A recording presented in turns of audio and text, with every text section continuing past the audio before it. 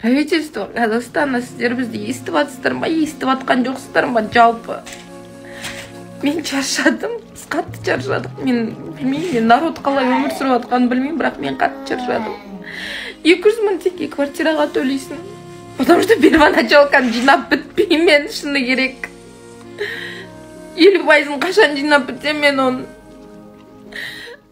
продуктыңа 400 мың кетеді ай сайын, это как минимум. Еще андай сақ нетпегенде, санамағанда киімді айтпай қояйын. Баламды киіндірем, өзім бір футболкамен жүргеніме 2 жыл өтті. Серьезно, я выгляжу как уже бомж, но я работаю. Прикиньте, менде 2 высшее образование бар. Бірақ особенный баламды өткіз қоятын жер жоқ. Платныйлар бар, 400 мыңнан басталады. Хотя бы садик, учебные заведения сағат, я 8-ден 6-ға шейін, чтобы я могла работать, я не знаю уже. Я так устала, блин. Я бы, честно, я умерла лучше, чем так жить.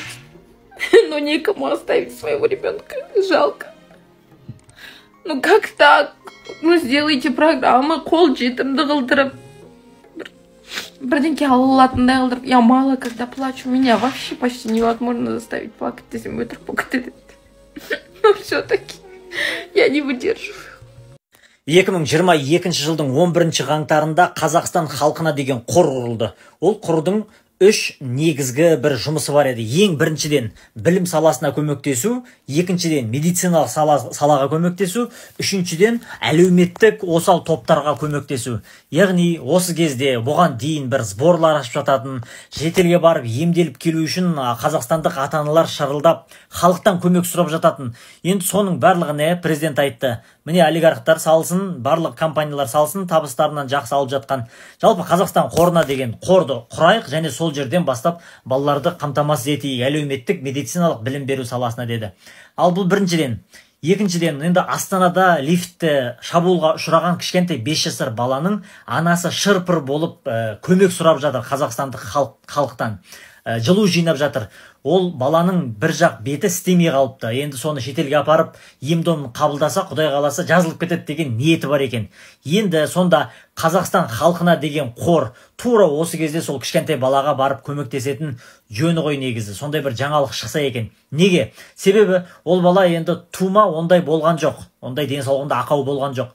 Бірақ енді жүріп осындай жағдай болып қалды. Енді оның ата-анасында соны емдеуге ем-домына шара таппай шырылдап қазақстандықтардан көмек сұрап жатыр. Енді тура осы қор Қазақстан халқына деген медициналық, әлеуметтік және білім. Яғни медициналық қабыл дәлме-дәл келіп тұр ғой.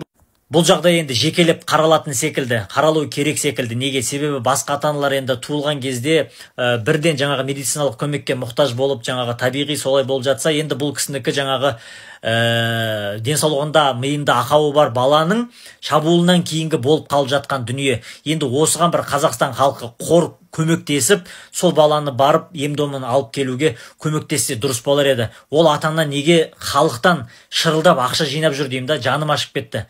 Жоқ, дұрыс, халқымыз жинап береді, бермейді емес. Бірақ Қазақстан халқына деген қор бар ғой. Әділетті Қазақстан, жаңа Қазақстан енді осындай жерлерге нақты кетуі керек дүние ғой. Неге? Себебі ол тума ондай мүмкіндігі шектеулі жан емес. Ол сондай жағдайға ұшырап қалды. Ол нәрсені ол көріп біле алған жоқ. Сондықтан сондай көмекті именно осы балаға беру керек сияқты. Дәп осы балаға.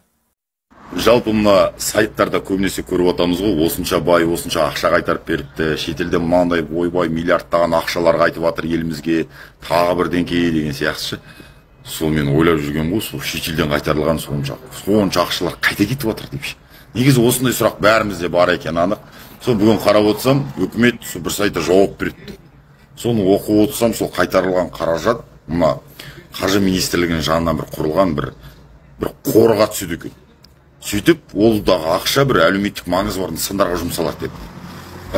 Шаталаспасам бір 400-ден астам бір жобаны қаржыландыру мақұлданған екен. Оның ішінде жаңағы 300-ден астамы іске асып жатыр.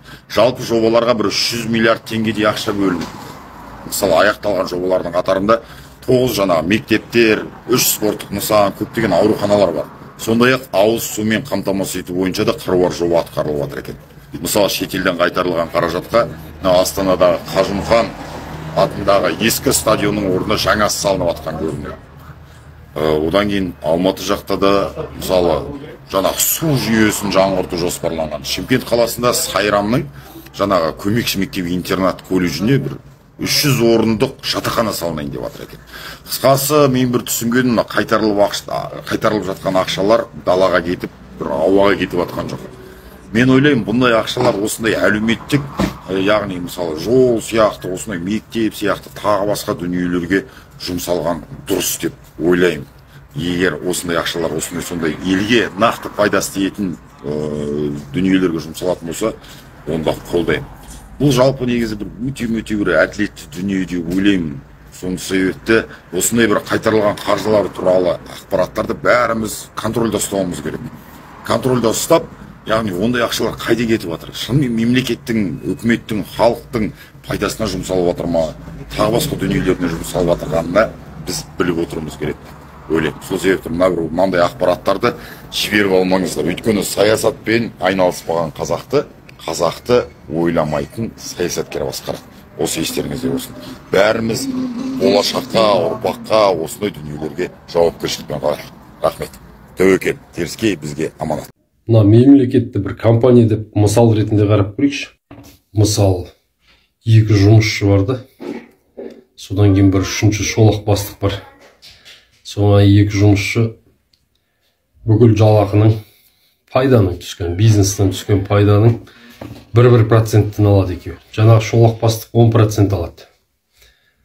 Содан кейін жаңағы 2 жұмысшының біреуі возникать етеді ғой. Қарсы жақ, бұл әділетсіз, неге бүйтесің деп.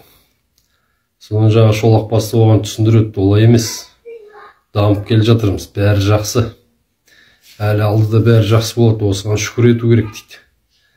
Оған жаңағы жұмысшының тағы 2-шісі қосылады. Иә деп. Сөйтіп жүрген адамдар анау қарсы шыққанға айтады, сен осы недовольный болып жүресің. Бәр жерден әділетсіздік көріп жүресің. Адам тәуба деу керек деп. Содан қарап отырсаң, сол 2 жұмысшы халық қой. Жартысы мынандай ойда, дамып келе жатырмыз осыған тәуба деген. Жартысы қарсы пікір айтып билікке сондай. Ал енді жаңағы 10% алып отырған шолақ бастық ол чиновниктер. Чиновникқа тапсырып қойған, сен мына халыққа осылай түсіндіріп отырасың. Осындай вид создавать етіп, бәрі жақсы дамып келе жатырмыз деп.